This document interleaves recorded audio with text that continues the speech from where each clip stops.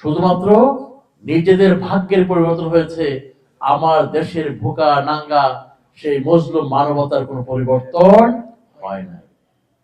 এবং এই বাংলাদেশ থেকে আমার আপনার কষ্টার্জিত টাকা, জনগণের ট্যাক্সের টাকা, রাষ্ট্রের সেই আমানতের টাকা, রাষ্ট্রের খাজানচির টাকা তারা লুটপাট করে নিয়ে শত শত না হাজার হাজার কোটি টাকা বিদেশে পাচার করেছে কিনা?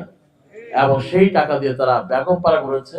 সেই টাকা দিয়ে তারা সেই সিঙ্গাপুর, মালয়েশিয়া থেকে শুরু করে উন্নত বিশ্বে তারা কি করেছে? প্রাসাদ করেছে। এক লন্ডনে তারা 360টা বাড়ি কিনেছে।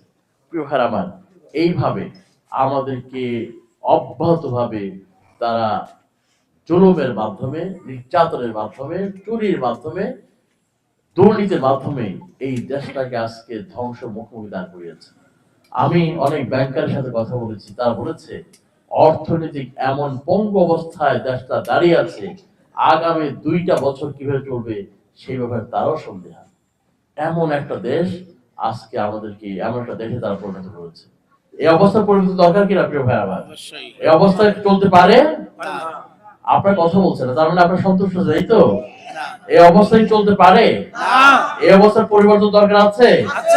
প্রিয় ভাই আমার, এই অবস্থা যদি পরিবর্তন না হয় তাহলে আমি দেখতে পাচ্ছি পরিবর্তনের পক্ষে যদি আপনারা আপনাদের ব্যাপক সাপোর্ট না দেন এবং সেই পরিবর্তনের জন্য আপনাদের সর্বোচ্চ উজাড় করে দিয়ে এই পরিবর্তনকে যদি নিশ্চিত করতে আপনারা ব্যর্থ হন, আমরা যদি ব্যর্থ হই, তাহলে আমি স্পষ্টভাবে দেখতে পাচ্ছি বাংলাদেশের আকাশে এক দুর্যোগের ভয়াবহ ঘটনাটা, এবং সেই ধ্বংসের হাত থেকে দেশটা কেউ রক্ষা করতে পারবে না। আজকে পরিবর্তনের পক্ষে যদি আপনারা ভোট দেন, বাংলাদেশ হয়তো 100 বছর এগিয়ে যাবে। আর পরিবর্তনের বিপক্ষে যদি ভোট দেন, তাহলে এই দেশটা সেই 54 বছর এবং 100 বছর পিছিয়ে যাবে। প্রিয় ভাই আমার, এই জন্য আজকের সময় এসেছে, যে জন্য আমার জুলাই যোদ্ধারা জীবন দিয়েছে, রক্ত দিয়েছে, বুক পেতে দিয়ে পরিবর্তনের আকাঙ্ক্ষায় পরিবর্তনকে বাস্তবায়ন করতে যারা চেয়েছে, বৈষম্যের বিরুদ্ধে তারা লড়াই করেছে, অনিয়মের বিরুদ্ধে তারা লড়াই করেছে, দুর্নীতির বিরুদ্ধে তারা জীবন দিয়েছে, পঙ্গুত্ব বরণ করেছে।